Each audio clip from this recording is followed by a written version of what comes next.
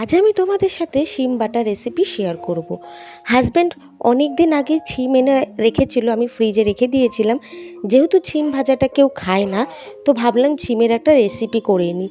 তো কি করব, ভাবলাম শিমটাকে বেটে নিই, বেশ একটা ইউনিক ব্যাপার হবে। তো ফ্রাই প্যানে তেল দিয়ে কালো জিরা ফোড়ন দিয়ে দিয়েছি, আর দিয়ে দিয়েছি রসুন আর কাঁচা লঙ্কা।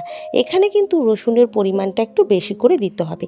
তারপর কিন্তু পরিমাণ মতো নুন আর পরিমাণ মতো হলুদ দিয়ে শিমগুলোকে ভালো করে ভেজে নিতে হবে। এই রান্নাটা আমি টোটালি মাস্টার্ড অয়েলে করেছি, তবেই কিন্তু টেস্ট আসবে। তোমরা যদি রিফাইন তেল ইউজ করো অতটা কিন্তু স্বাদ হবে না।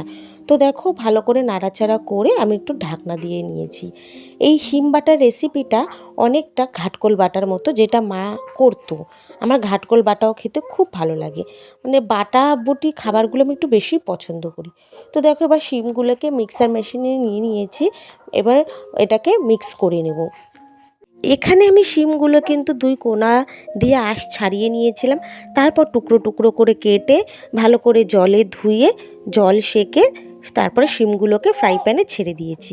তো দেখো, এখানে আমার মিক্স করা হয়ে গেছে। এবার এই মিক্সটাকে কিন্তু আমি ফ্রাই প্যানে ভালো করে নাড়াচাড়া করে নেব।